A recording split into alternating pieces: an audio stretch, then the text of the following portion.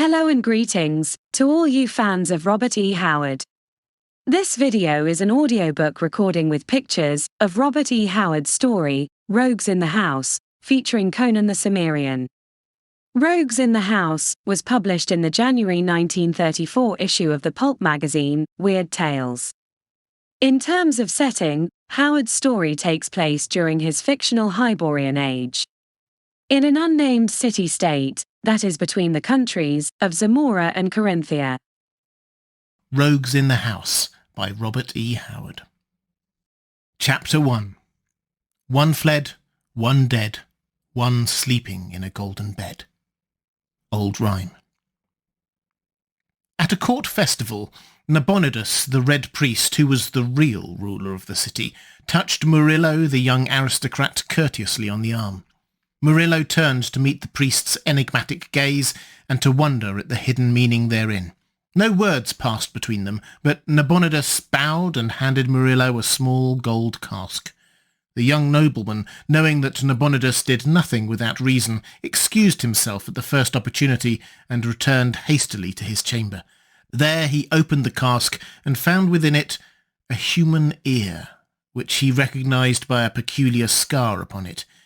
He broke into a profuse sweat, and was no longer in doubt about the meaning in the Red Priest's glance. But Murillo, for all his scented black curls and foppish apparel, was no weakling to bend his neck to the knife without a struggle.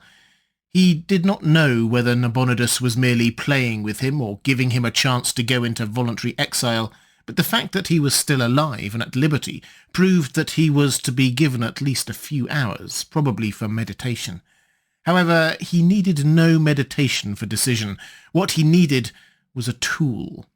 And fate furnished that tool, working among the dives and brothels of the squalid quarters, even while the young nobleman shivered and pondered in the part of the city occupied by the purple-towered marble and ivory palaces of the aristocracy.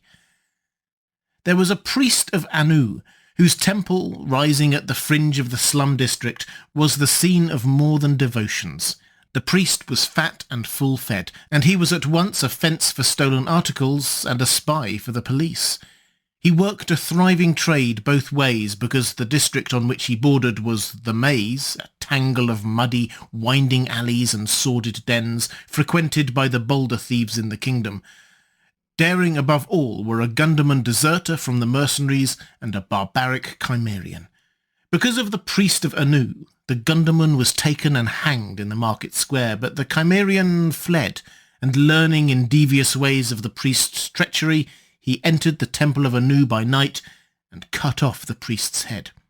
There followed a great turmoil in the city, but the search for the killer proved fruitless, until a woman betrayed him to the authorities and led a captain of the guard and his squad to the hidden chamber where the barbarian lay drunk. Waking to stupefied but ferocious life when they seized him, he disemboweled the captain, burst through his assailants and would have escaped but for the liquor that still clouded his senses. Bewildered and half-blinded, he missed the open door in his headlong flight and dashed his head against the stone wall so terrifically that he knocked himself senseless. When he came to, he was in the strongest dungeon in the city, shackled to the wall with chains not even his barbaric thews could break. To this cell came Murillo, masked and wrapped in a wide black cloak. The Cimmerian surveyed him with interest, thinking him the executioner sent to dispatch him. Murillo set him at rights and regarded him with no less interest. Even in the dim light of the dungeon, with his limbs loaded with chains, the primitive power of the man was evident. His mighty body and thick-muscled limbs combined the strength of a grizzly with the quickness of a panther. Under his tangled black mane, his blue eyes blazed with unquenchable savagery. "Would you like to live?" asked Murillo. The barbarian grunted, new interest glinting in his eyes. "If I arrange for your escape, will you do a favour for me?" the aristocrat asked. The Cimmerian did not speak, but the intentness of his gaze answered for him. "I want you to kill a man for me." "Who?" Murillo's voice sank to a whisper. "Nabonidus, the king's priest." The Cimmerian showed no sign of surprise or perturbation. He had none of the fear or reverence for authority that civilization instills in men. King or beggar, it was all one to him. Nor did he ask why Murillo had come to him when the quarters were full of cutthroats outside prisons. "When am I to escape?" he demanded. "Within the hour. There is but one guard in this part of the dungeon at night. He can be bribed. He has been bribed. See, here are the keys to your chains. I'll remove them, and after I have been gone an hour, the guard, Atticus, will unlock the door to your cell. You will bind him with strips torn from your tunic, so when he is found, the authorities will think you are rescued from the outside, and will not suspect him. Go at once to the house of the Red Priest, and kill him. Then go to the rat's den, where a man will meet you and give you a pouch of gold and a horse. With those you can escape from the city and flee the country." "Take off these cursed chains now," demanded the Cimmerian, "and have the guard bring me food. By Crom, I have lived on mouldy bread and water for a whole day, and I am nigh to famishing." "It shall be done. But remember, you are not to escape until I have had time to reach my home." Freed of his chains, the barbarian stood up and stretched his heavy arms, enormous in the gloom of the dungeon. Murillo again felt that if any man in the world could accomplish the task he had set, this Cimmerian could. With a few repeated instructions, he left the prison, first directing Atticus to take a platter of beef and ale in to the prisoner. He knew that he could trust the guard, not only because of the money he had paid, but also because of certain information he possessed regarding the man. When he returned to his chamber, Murillo was in full control of his fears. Nabonidus would strike through the king, of that he was certain, and since the royal guardsmen were not knocking at his door, it was certain that the priest had said nothing to the king, so far. Tomorrow he would speak, beyond a doubt, if he lived to see tomorrow. Murillo believed the Cimmerian would keep faith with him. Whether the man would be able to carry out his purpose remained to be seen. Men had attempted to assassinate the Red Priest before, and they had died in hideous and nameless ways. But they had been products of the cities of men, lacking the wolfish instincts of the barbarian. The instant that Murillo, turning the gold cask with its severed ear in his hands, had learned through his secret channels that the Cimmerian had been captured, he had seen a solution of his problem. In his chamber again, he drank a toast to the man, whose name was Conan, and to his success that night.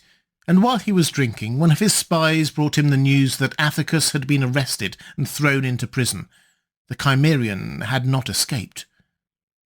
Murillo felt his blood turn to ice again. He could see in this twist of fate only the sinister hand of Nabonidus, and an eerie obsession began to grow in him that the Red Priest was more than human, a sorcerer who read the minds of his victims and pulled strings on which they danced like puppets. With despair came desperation. Girding a sword beneath his black cloak, he left his house by a hidden way and hurried through the deserted streets. It was just at midnight when he came to the house of Nabonidus, looming blackly among the walled gardens that separated it from the surrounding estates. The wall was high, but not impossible to negotiate. Nabonidus did not put his trust in mere barriers of stone. It was what was inside the wall that was to be feared. What these things were, Murillo did not know precisely. He knew there was at least a huge savage dog that roamed the gardens, and had on occasion torn an intruder into pieces as a hound rends a rabbit. What else there might be, he did not care to conjecture. Men who had been allowed to enter the house on brief, legitimate business reported that Nabonidus dwelled among rich furnishings, yet simply, attended by a surprisingly small number of servants. Indeed, they mentioned only one as having been visible, a tall, silent man called Joka.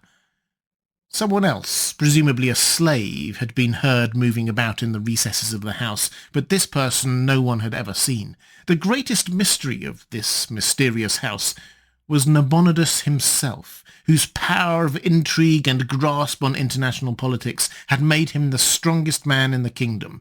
People, chancellor and king moved puppet-like on the strings he worked.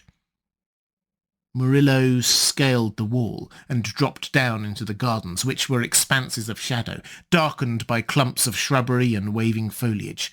No light shone in the windows of the house, which loomed so blackly among the trees.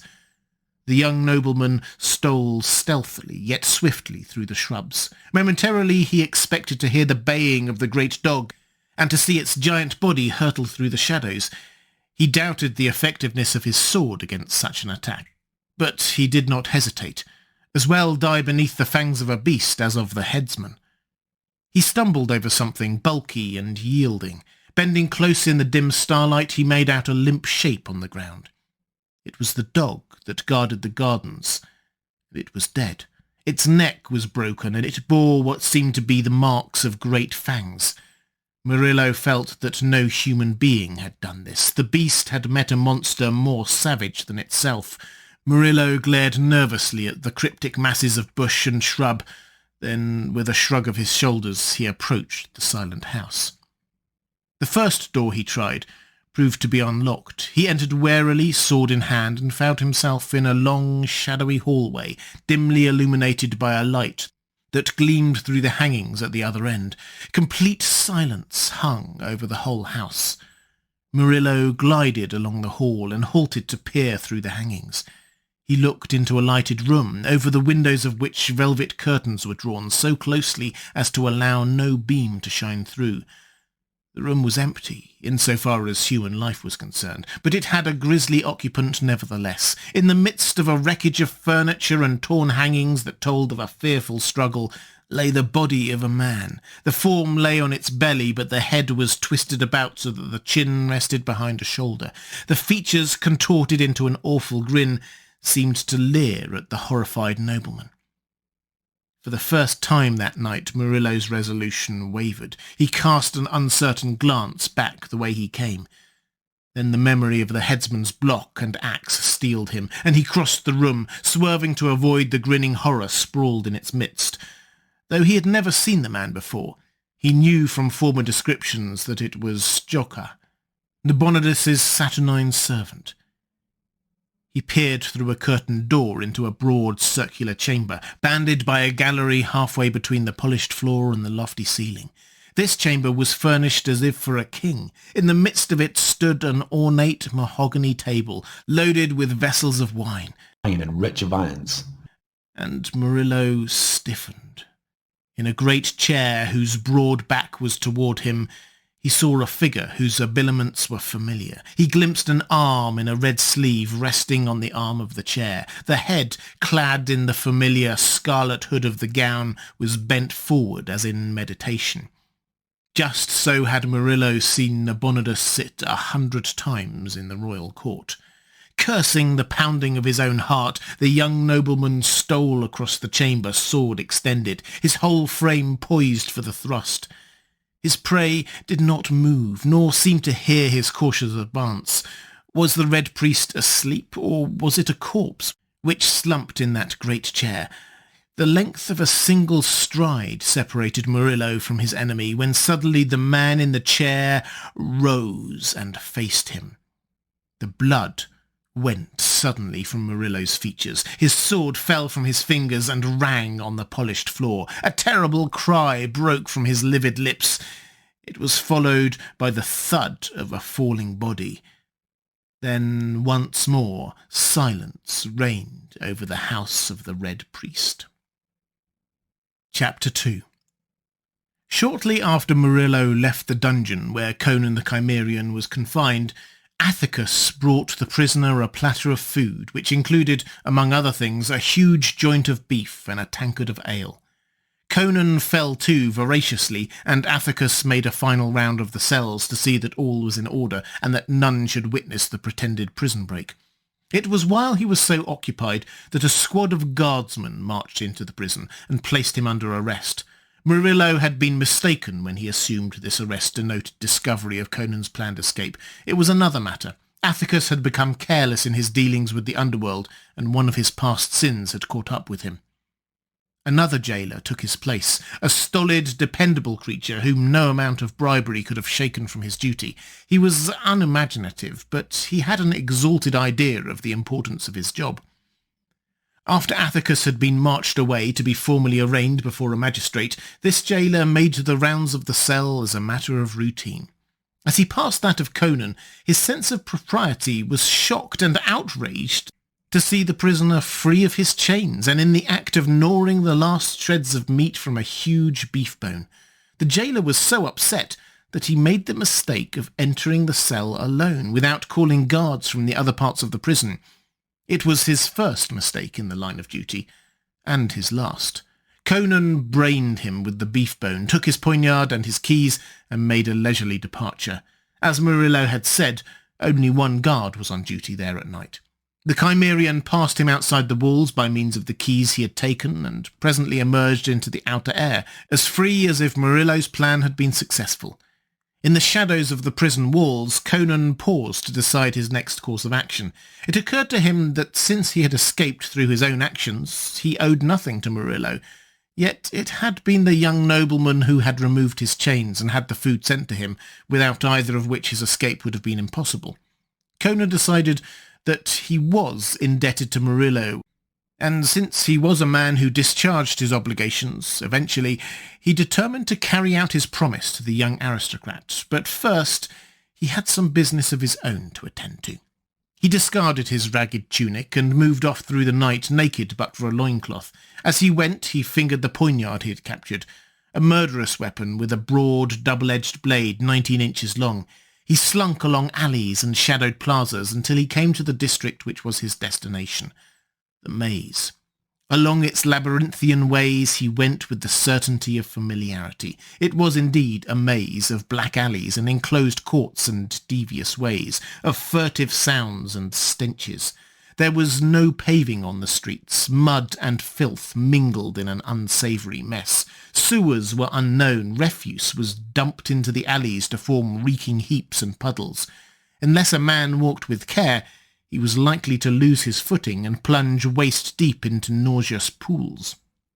Nor was it uncommon to stumble over a corpse lying with its throat cut or its head knocked in the mud. Honest folk shunned the maze with good reason. Conan reached his destination without being seen, just as one he wished fervently to meet was leaving it. As the Cimmerian slunk into the courtyard below, the girl who had sold him to the police was taking leave of her new lover in a chamber 1 flight up. This young thug, her door closed behind him, groped his way down a creaking flight of stairs, intent on his own meditations, which, like those of most of the denizens of the maze, had to do with the unlawful acquirement of property. Partway down the stairs, he halted suddenly, his hair standing up. A vague bulk crouched in the darkness before him. A pair of eyes blazed like the eyes of a hunting beast. A beast-like snarl was the last thing he heard in life. As the monster lurched against him and a keen blade ripped through his belly, he gave one gasping cry and slumped down limply on the stairway. The barbarian loomed above him for an instant, ghoul-like, his eyes burning in the gloom. He knew the sound was heard, but the people in the maze were careful to attend to their own business. A death cry on darkened stairs was nothing unusual. Later, someone would venture to investigate, but only after a reasonable lapse of time. Conan went up the stairs and halted at the door he knew well of old. It was fastened within, but his blade passed between the door and the jamb and lifted the bar. He stepped inside, closing the door after him, and faced the girl who had betrayed him to the police. The wench was sitting cross-legged in her shift on her unkempt bed. She turned white and stared at him as if at a ghost. She had heard the cry from the stairs, and she saw the red stain on the poniard in his hand, but she was too filled with terror on her own account to waste any time lamenting the evident fate of her lover. She began to beg for her life, almost incoherent with terror. Conan did not reply. He merely stood and glared at her with his burning eyes, testing the edge of his poniard with a calloused thumb. At last, he crossed the chamber while she cowered back against the wall, sobbing frantic pleas for mercy. Grasping her yellow locks with no gentle hand, he dragged her off the bed. Thrusting his blade in the sheath, he tucked his squirming captive under his left arm and strode to the window. As in most houses of that type, a ledge encircled each story, caused by the continuance of the window ledges. Conan kicked the window open and stepped out on that narrow band. If any had been near or awake, they would have witnessed the bizarre sight of a man moving carefully along the ledge, carrying a kicking, half-naked wench under his arm. They would have been no more puzzled than the girl. Reaching the spot he sought, Conan halted, gripping the wall with his free hand. Inside the building rose a sudden clamour, showing that the body had at last been discovered. His captive whimpered and twisted, renewing her importunities. Conan glanced down into the muck and slime of the alleys below. He listened briefly to the clamour inside and the pleas of the wench. Then he dropped her with great accuracy into a cesspool.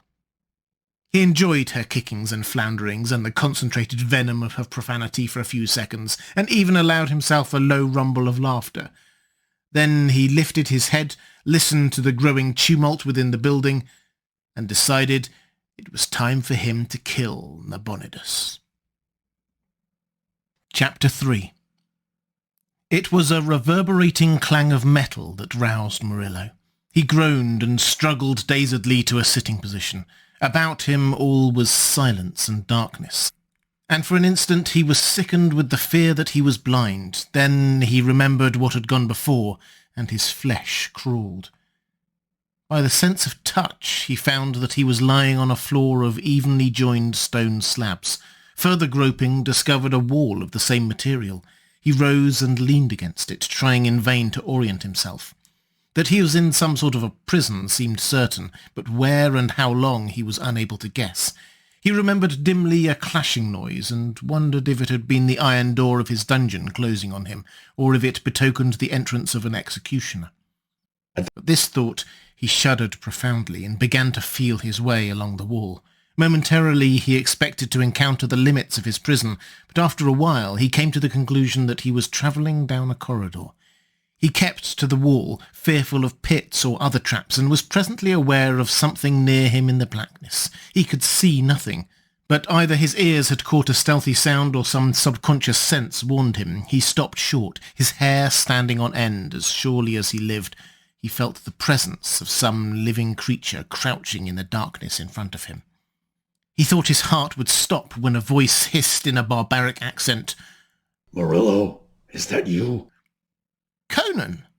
Limp from the reaction, the young nobleman groped in the darkness, and his hands encountered a pair of great naked shoulders. "A good thing I recognized you," grunted the barbarian. "I was about to stick you like a fattened pig." "Where are we, in Mitra's name?" "In the pits under the Red Priest's house. But why?" "What is the time?" "Not long after midnight." Murillo shook his head, trying to assemble his scattered wits. "What are you doing here?" demanded the Cimmerian. "I came to kill Nabonidus. I heard they had changed the guard at your prison." "They did," growled Conan. "I broke the new jailer's head and walked out. I would have been here hours agone, but I had some personal business to attend to. Well, shall we hunt for Nabonidus?" Murillo shuddered. "Conan, we are in the house of the arch-fiend. I came seeking a human enemy. I found a hairy devil out of hell." Conan grunted uncertainly. Fearless as a wounded tiger as far as human foes were concerned, he had all the superstitious dreads of the primitive. "I gained access to the house," whispered Murillo, as if the darkness were full of listening ears. "In the outer gardens I found Nabonidus's dog mauled to death. Within the house I came upon Joka, the servant. His neck had been broken. Then I saw Nabonidus himself seated in his chair, clad in his accustomed garb. At first I thought he too was dead. I stole up to stab him. He rose and faced me. God!" The memory of that horror struck the young nobleman momentarily speechless as he relived that awful instant. "Conan," he whispered, "it was no man that stood before me. In body and posture it was not unlike a man, but from the scarlet hood of the priest grinned a face of madness and nightmare. It was covered with black hair, from which small pig-like eyes glared redly. Its nose was flat, with great flaring nostrils, its loose lips writhed back, disclosing huge yellow fangs, like the teeth of a dog.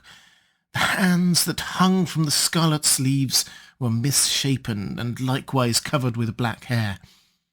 All this I saw in one glance, and then I was overcome with horror. My senses left me, and I swooned. "What then?" muttered the Cimmerian uneasily. "I regained consciousness only a short time ago. The monster must have thrown me into these pits. Conan, I have suspected that Nabonidus was not wholly human. He is a demon, a were-thing. By day he moves among humanity in the guise of men, and by night he takes on his true aspect." "That's evident," answered Conan. "Everyone knows there are men who take the form of wolves at will. But why did he kill his servants?" "Who can delve the mind of a devil?" replied Murillo. "Our present interest is in getting out of this place. Human weapons cannot harm a were-man. How did you get in here?" "Through the sewer. I reckoned on the gardens being guarded. The sewers connect with a tunnel that lets out into these pits. I thought to find some door leading up to the house unbolted."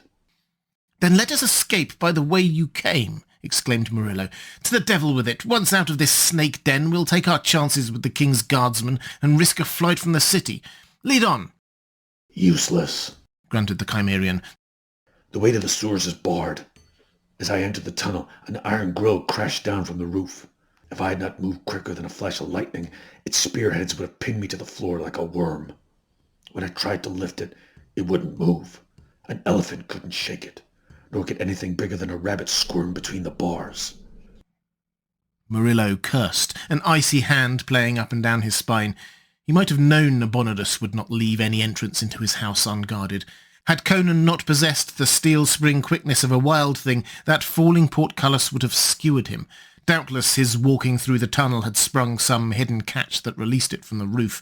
As it was, both were trapped living. "There's but one thing to do," said Murillo, sweating profusely. "That's to search for some other exit. Doubtless they're all set with traps, but we have no other choice." The barbarian grunted agreement, and the companions began groping their way at random down the corridor. Even at that moment something occurred to Murillo. "How did you recognize me in this blackness?" he demanded. "I smelled the perfume you put on your hair when you came to my cell," answered Conan. "I smelled it again a while ago, when I was crouching in the dark and preparing to rip you open." Murillo put a lock of his black hair to his nostrils. Even so, the scent was barely apparent to his civilized senses, and he realized how keen must be the organs of the barbarian. Instinctively his hand went to his scabbard as they groped onward, and he cursed to find it empty. At that moment a faint glow became apparent ahead of them, and presently they came to a sharp bend in the corridor, about which the light filtered greyly. Together they peered around the corner, and Murillo, leaning against his companion, felt his huge frame stiffen. The young nobleman had also seen it. The body of a man, half naked, lying limply in the corridor beyond the bend, vaguely illumined by a radiance which seemed to emanate from a broad silver disc on the further wall. A strange familiarity about the recumbent figure, which lay face down, stirred Murillo with inexplicable and monstrous conjectures. Motioning the Cimmerian to follow him, he stole forward and bent above the body. Overcoming a certain repugnance, he grasped it and turned it on its back. An incredulous oath escaped him. The Cimmerian grunted explosively. "Nabonidus! The Red Priest!" ejaculated Murillo, his brain a dizzy vortex of whirling amazement. "Then who... what—" The priest groaned and stirred. With cat-like quickness, Conan bent over him, poniard poised above his heart. Murillo caught his wrist. "Wait! Don't kill him yet." "Why not?" demanded the Cimmerian. "He has cast off his were-guise and sleeps. Will you awaken him to tear us to pieces?" "No, wait!" urged Murillo, trying to collect his jumbled wits. "Look, he is not sleeping. See that great blue welt on his shaven temple? He has been knocked senseless. He may have been lying here for hours." "I thought you swore you saw him in beastly shape in the house above," said Conan. "I did, or else He's coming too. Keep back your blade, Conan. There is a mystery here, even darker than I thought. I must have words with this priest before we kill him. Nabonidus lifted a hand vaguely to his bruised temple, mumbled, and opened his eyes. For an instant they were blank and empty of intelligence. Then life came back to them with a jerk, and he sat up, staring at the companions. Whatever terrific jolt had temporarily addled his razor-keen brain, it was functioning with its accustomed vigour again. His eyes shot swiftly about him, then came back to rest on Murillo's face. "You honour my poor house, young sir," he laughed coolly, glancing at the great figure that loomed behind the young nobleman's shoulder. "You have brought a bravo, I see. Was your sword not sufficient to sever the life of my humble self?" "Enough of this," impatiently returned Murillo. "How long have you lain here?" "Peculiar question to put to a man just recovering consciousness," answered the priest. "I do not know what time it is now, but it lacked an hour or so of midnight when I was set upon." "Then who is it that masquerades in your own gown in the house above?" demanded Murillo.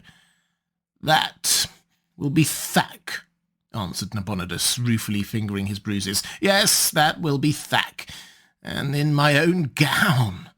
The dog." Conan, who comprehended none of this, stirred restlessly and growled something in his own tongue. Nabonidus glanced at him whimsically. "Your bully's knife yearns for my heart, Murillo," he said. "I thought you might be wise enough to take my warning and leave the city." "How was I to know that was to be granted me?" returned Murillo. "At any rate, my interests are here." "You are in good company with that cutthroat," murmured Nabonidus. "I had suspected you for some time. That was why I caused that pallid court secretary to disappear. Before he died, he told me many things, among others the name of the young nobleman who bribed him to filch state secrets, which the nobleman in turn sold to rival powers. Are you not ashamed of yourself, Murillo, you white-hatted thief?"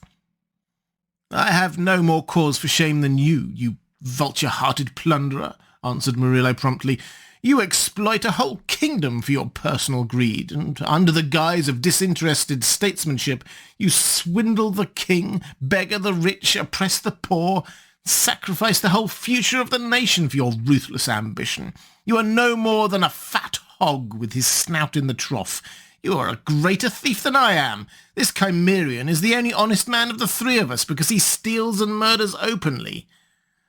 "Well, then, we are all rogues together," agreed Nabonidus equably. "And what now? My life?"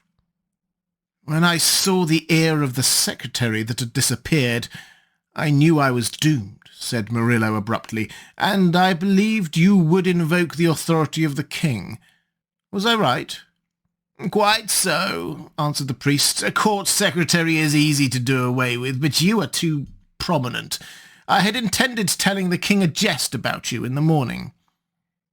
"Jest that would have cost me my head," muttered Murillo. "The king is unaware of my foreign enterprises?" "As yet," sighed Nabonidus.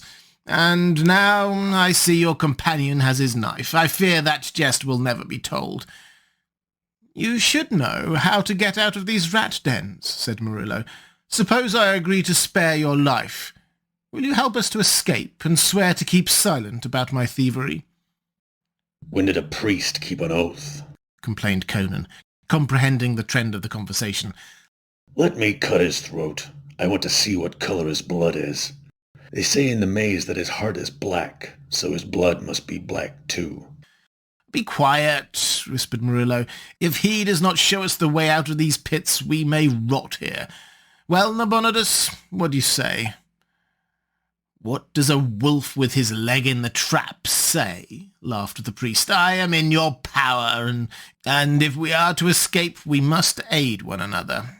I swear, if we survive this adventure, to forget all of your shifty dealings. I swear by the soul of Mitra." "I am satisfied," muttered Murillo. "Even the Red Priest would not break that oath. Now to get out of here.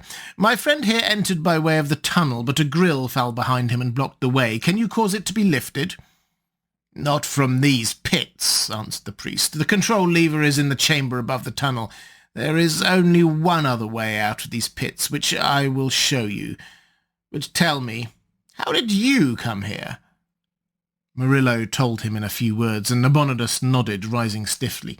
He limped down the corridor, which here widened into a sort of vast chamber, and approached the distant silver disk. As they advanced, the light increased, though it never became anything more than a dim, shadowy radiance. Near the disk, they saw a narrow stair leading upward. "That is the other exit," said Nabonidus, "and I strongly doubt if the door at the head is bolted. But I have an idea that he who would go through that door had better cut his own throat first. Look into the disk."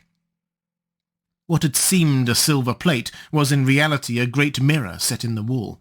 A confusing system of copper-like tubes jutted out from the wall above it, bending down towards it at right angles. Glancing into these tubes, Murillo saw a bewildering array of smaller mirrors. He turned his attention to the largest mirror in the wall, and ejaculated in amazement. Peering over his shoulder, Conan grunted. They seemed to be looking through a broad window into a well-lighted chamber. There were broad mirrors on the walls with velvet hangings between them. There were silken couches, chairs of ebony and ivory, and curtained doorways leading off from the chamber. And before one doorway, which was not curtained, sat a bulky black object that contrasted grotesquely with the richness of the chamber. Murillo felt his blood freeze again as he looked at the horror which seemed to be staring directly into his eyes. Involuntarily he recoiled from the mirror, while Conan thrust his head truculently forward till his jaws almost touched the surface, growling some threat or defiance in his own barbaric tongue. "In Mitra's name, Nabonidus," gasped Murillo, shaken. "What is it?" "That is Thak," answered the priest, caressing his temple. "Some would call him an ape, but he is almost as different from a real ape as he is different from a real man. His people dwell far to the east, in the mountains that fringe the eastern frontiers of Zamora. There are not many of them, but if they are not exterminated, I believe they will become human beings in perhaps 100,000 years. They are in the formative stage. They are neither apes, as their remote ancestors were, nor men, as their remote descendants may be. They dwell in the high crags of well-nigh inaccessible mountains, knowing nothing of fire, or the making of shelter or garments, or the use of weapons. Yet they have a language of a sort, consisting mainly of grunts and clicks. I took Thak when he was a cub, and he learned what I taught him much more swiftly and thoroughly than any true animal could have done. He was at once bodyguard and servant. But I forgot that being partly a man, he could not be submerged into mere shadow of myself like a true animal.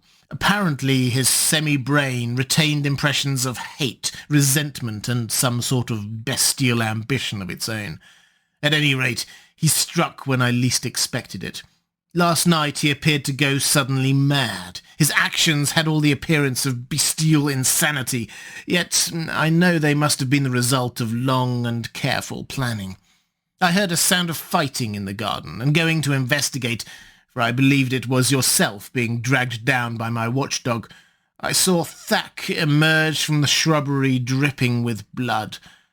Before I was aware of his intention, he sprang at me with an awful scream and struck me senseless.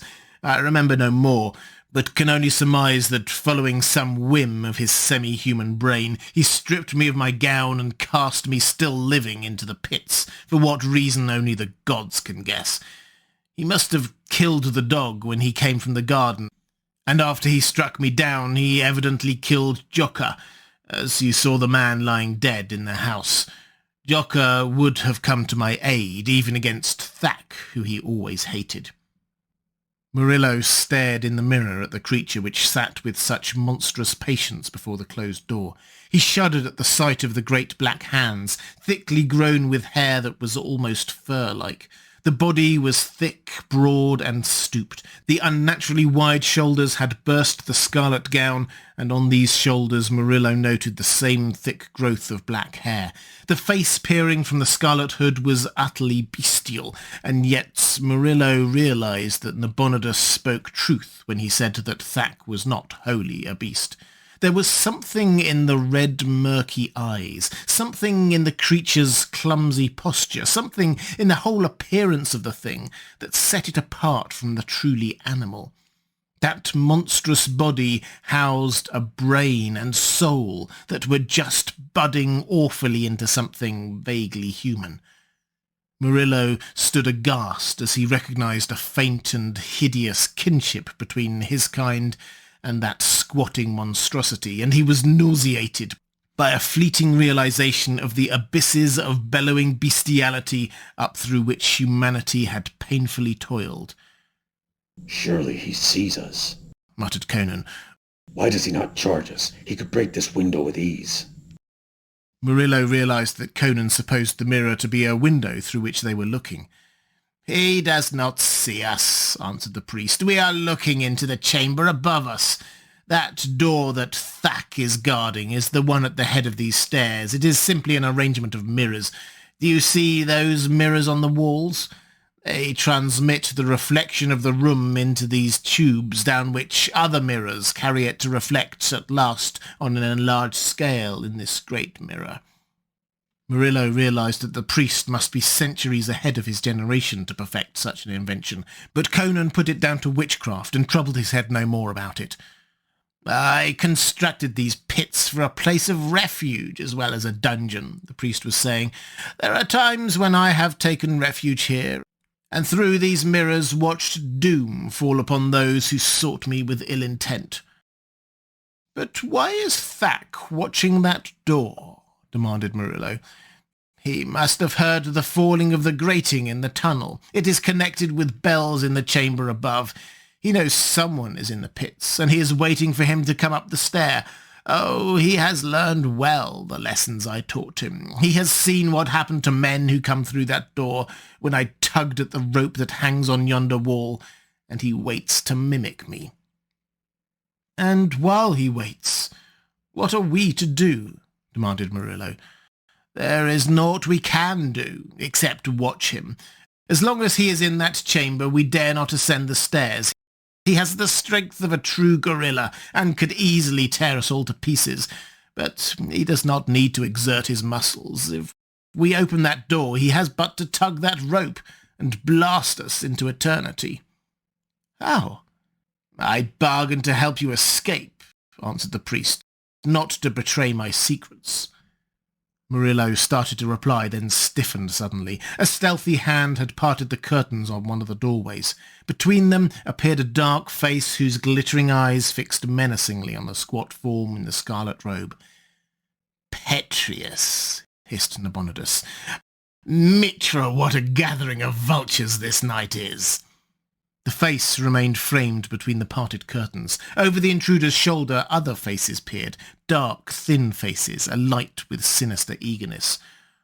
"What do they do here?" muttered Murillo, unconsciously lowering his voice, although he knew they could not hear him. "Why, what would Petrius and his ardent young nationalists be doing in the house of the Red Priest?" laughed Nabonidus. "Look how eagerly they glare at the figure they think is their arch-enemy. They have fallen into your error. It should be amusing to watch their expressions when they are disillusioned." Murillo did not reply. The whole affair had a distinctly unreal atmosphere. He felt as if he were watching the play of puppets, or as a disembodied ghost himself, impersonally viewing the actions of the living, his presence unseen and unsuspected. He saw Petraeus put his finger warningly to his lips and nod to his fellow conspirators. The young nobleman could not tell if Thak was aware of the intruders. The ape-man's position had not changed, as he sat with his back toward the door through which the men were gliding. "They had the same idea you had," Nabonidus was muttering at his ear, "only their reasons were patriotic rather than selfish. Easy to gain access to my house now that the dog is dead. Oh, what a chance to rid myself of their menace once and for all. If I were sitting where Thack sits, a leap to the wall, a tug on that rope. Aryas had placed one foot lightly over the threshold of the chamber. His fellows were at his heels, their daggers glinting dully. Suddenly, Thack rose and wheeled toward them. The unexpected horror of his appearance, where they had thought to behold the hated but familiar countenance of Nabonidus, wrought havoc with their nerves, as the same spectacle had wrought upon Murillo. With a shriek, Aryas recoiled, carrying his companions backward with him. They stumbled and floundered over each other, and in that instant Thack, covering the distance in one prodigious, grotesque leap, caught and jerked powerfully at a thick velvet rope which hung near the doorway. Instantly the curtains whipped back on either side, leaving the door clear, and down across it something flashed with a peculiar silvery blur. "He remembered," Nabonidus was exulting. "The beast is half a man." He had seen the doom performed, and he remembered. "Watch now! Watch! Watch!" Murillo saw that it was a panel of heavy glass that had fallen across the doorway. Through it he saw the pallid faces of the conspirators. Aryas, throwing out his hands as if to ward off a charge from Thack, encountered the transparent barrier, and from his gestures said something to his companions. Now that the curtains were drawn back, the men in the pits could see all that took place in the chamber that contained the nationalists. Completely unnerved, these ran across the chamber toward the door by which they had apparently entered, only to halt suddenly, as if stopped by an invisible wall. "The jerk of the rope sealed that chamber," laughed Nabonidus. "It is simple. The glass panels work in grooves in the doorways. Jerking the rope trips the spring that holds them. They slide down and lock in place, and can only be worked from outside. The glass is unbreakable. A man with a mallet could not shatter it. Ah." The trapped men were in a hysteria of fright. They ran wildly from one door to another, beating vainly at the crystal walls, shaking their fists wildly at the implacable black shape which squatted outside. Then one threw back his head, glared upward, and began to scream, to judge from the working of his lips, while he pointed towards the ceiling. "The fall of the panels released the clouds of doom," said the Red Priest with a wild laugh. "The dust of the grey lotus from the swamps of the dead beyond the land of K'tai." In the middle of the ceiling hung a cluster of gold buds. These had opened like the petals of a great carven rose, and from them billowed a grey mist that swiftly filled the chamber. Instantly the scene changed from one of hysteria to one of madness and horror. The trapped men began to stagger. They ran in drunken circles. Froth dripped from their lips, which twisted as in awful laughter. Raging, they fell upon one another with daggers and teeth, slashing, tearing, slaying in a holocaust of madness. Murillo turned sick as he watched, and was glad that he could not hear the screams and howls with which that doomed chamber must be ringing. Like pictures thrown on a screen, it was silent. Outside the chamber of horror, Thack was leaping up and down in brutish glee, tossing his long hairy arms on high. At Murillo's shoulder, Nabonidus was laughing like a fiend. "Ah, good stroke, Aryas. That fairly disemboweled him. Now one for you, my patriotic friend. So, they are all down, and the living tear the flesh of the dead with their slavering teeth." Murillo shuddered. Behind him the Cimmerian swore softly in his uncouth tongue. Only death was to be seen in the chamber of the grey mist. Torn, gashed, and mangled, the conspirators lay in a red heap, gaping mouths and blood-dabbled faces staring blankly upward through the slowly swirling eddies of grey. Thack, stooping like a giant gnome, approached the wall where the rope hung and gave it a peculiar sideways pull. "He is opening the further door," said Nabonidus. "By Mitra, he is more of a human than even I had guessed. See, the mist swirls out of the chamber and is dissipated. He waits to be safe. Now he raises the other panel. He is cautious. He knows the doom of the grey lotus, which brings madness and death. By Mitra!" Murillo jerked about at the electric quality of the exclamation. One chance, exclaimed Nabonidus. If he leaves the chamber above for a few minutes, we will risk a dash up those stairs. Suddenly tense, they watched the monster waddle through the doorway and vanish. With the lifting of the glass panel, the curtains had fallen again, hiding the chamber of death. We must chance it, gasped Nabonidus, and Murillo saw perspiration breaking out on his face. Perhaps he will be disposing of the bodies as he has seen me do. Quick, follow me up those stairs. He ran towards the steps and up them with an agility that amazed Murillo. The young nobleman and the barbarian were close at his heels, and they heard his gusty sigh of relief as he threw open the door at the top of the stairs. They burst into the broad chamber they had seen mirrored below. Thack was nowhere to be seen. "He's in that chamber with the corpses," exclaimed Murillo. "Why not trap him there as he trapped them?" No, gasped Nabonidus, an unaccustomed pallor tinging his features. "We do not know that he is in there. He might emerge before we could reach the trap rope anyway. Follow me into the corridor. I must reach my chamber and obtain weapons which will destroy him. This corridor is the only one opening from this chamber which is not set with a trap of some kind." They followed him swiftly through a curtained doorway opposite the door of the death chamber and came into a corridor into which various chambers opened. With fumbling haste, Nabonidus began to try the doors on each side. They were locked, as was the door at the end of the corridor. "My God!" the Red Priest leaned against the wall, his skin ashen. "The doors are locked, and Thack took my keys from me. We are trapped, after all." Murillo stared appalled to see the man in such a state of nerves, and Nabonidus pulled himself together with an effort. "The beast has me in a panic," he said. "If you had seen him tear men as I have seen, well, Mitra aid us, but we must fight him now with what the gods have given us. Come." He led them back to the curtained doorway and peered into the great chamber in time to see Thack emerge from the opposite doorway. It was apparent that the beast man had suspected something.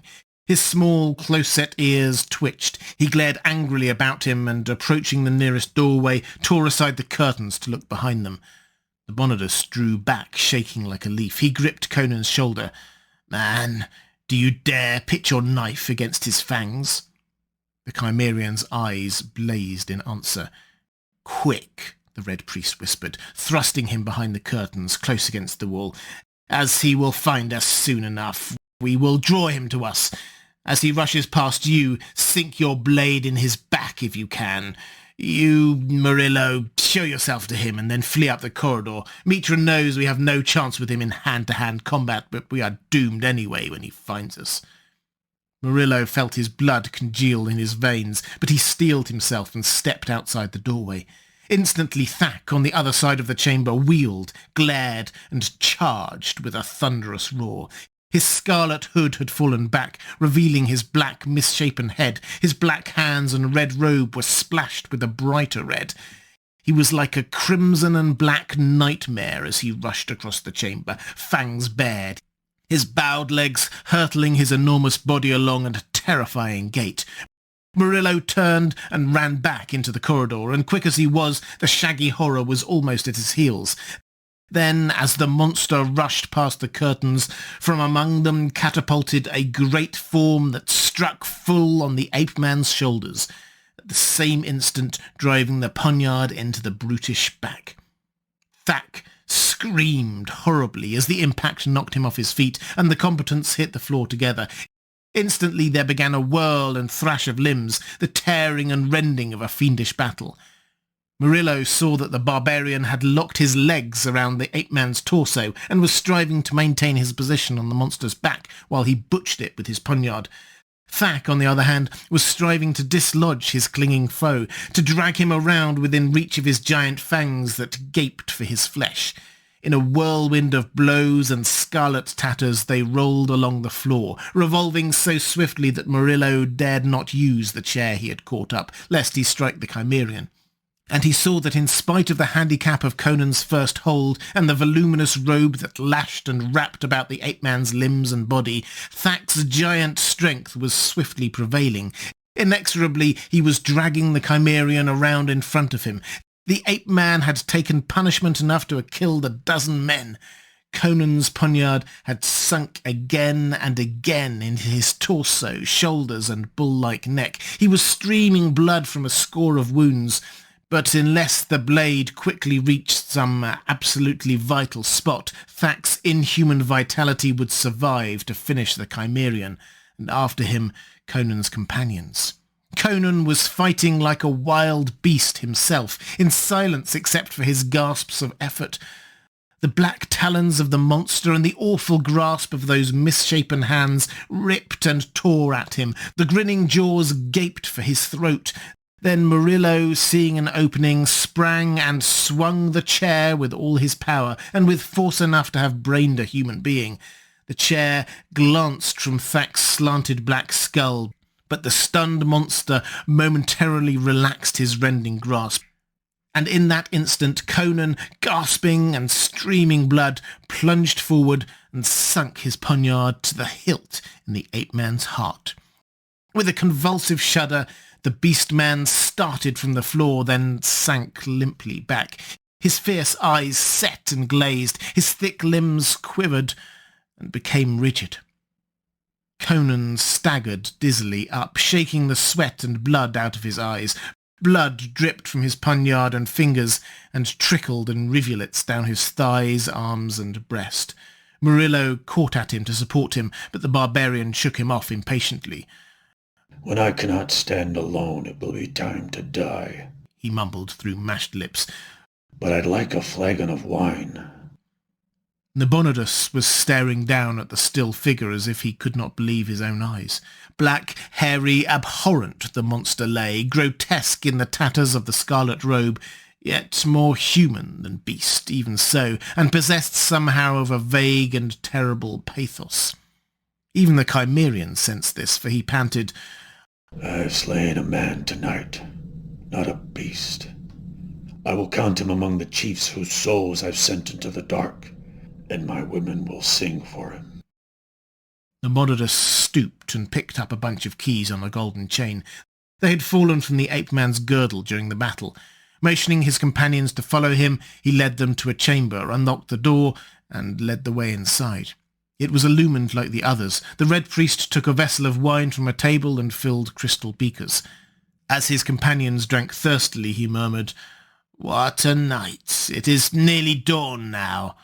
What of you, my friends?" "I'll dress Conan's hurts if you will fetch me bandages and the like," said Murillo, and Nabonidus nodded and moved towards the door that led into the corridor. Something about his bowed head caused Murillo to watch him sharply. At the door, the Red Priest wheeled suddenly. His face had undergone a transformation. His eyes gleamed with his old fire. His lips laughed soundlessly. "Rogues together," his voice rang with its accustomed mockery, "but not fools together. You are the fool, Murillo." "What do you mean?" The young nobleman started forward. "Back!" Nabonidus's voice cracked like a whip. "Another step and I will blast you." Murillo's blood turned cold as he saw the Red Priest's hand grasp a thick velvet rope which hung among the curtains just outside the door. "What treachery is this?" cried Murillo. "You swore—" "I swore I would not tell the king a jest concerning you. I did not swear not to take matters into my own hands if I could. Do you think I would pass up such an opportunity? Under ordinary circumstances I would not dare to kill you myself without sanction of the king. But now none will ever know. You will go into the acid vats along with Thak and the nationalist fools, and none will be the wiser. What a night this has been for me! If I have lost some valuable servants, I have nevertheless rid myself of various dangerous enemies. Stand back!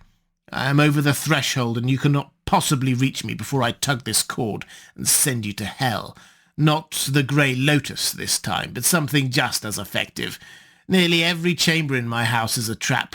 And so, Murillo, fool that you are—" Too quickly for the sight to follow, Conan caught up a stool and hurled it.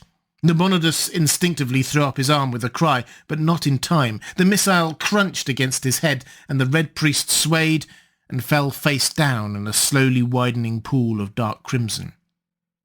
"His blood was red after all," grunted Conan. Murillo raked his sweat-plastered hair with a shaky hand as he leaned against the table, weak from the reaction of relief. "It is dawn," he said. "Let us get out of here before we fall afoul of some other doom. If we can climb the outer wall without being seen, we shall not be connected with this night's work. Let the police write their own explanation." He glanced at the body of the Red Priest where it lay etched in crimson and shrugged his shoulders. He was the fool after all. Had he not paused to taunt us, he could have trapped us easily. "Well," said the Cimmerian tranquilly, "he's travelled the road all rogues must walk at last. I'd like to loot the house, but I suppose we'd best go." As they emerged from the dimness of the dawn-whitened garden, Murillo said, "The Red Priest has gone into the dark, so my road is clear in the city, and I have nothing to fear. But what of you? There is still the matter of that priest in the maze, and—" "I'm tired of this city anyway," grinned the Cimmerian. "You mentioned a horse waiting at the rat's den. I'm curious to see how fast that horse can carry me into another kingdom. There's many a highway I want to travel before I walk the road Nabonidus walked this night." The end.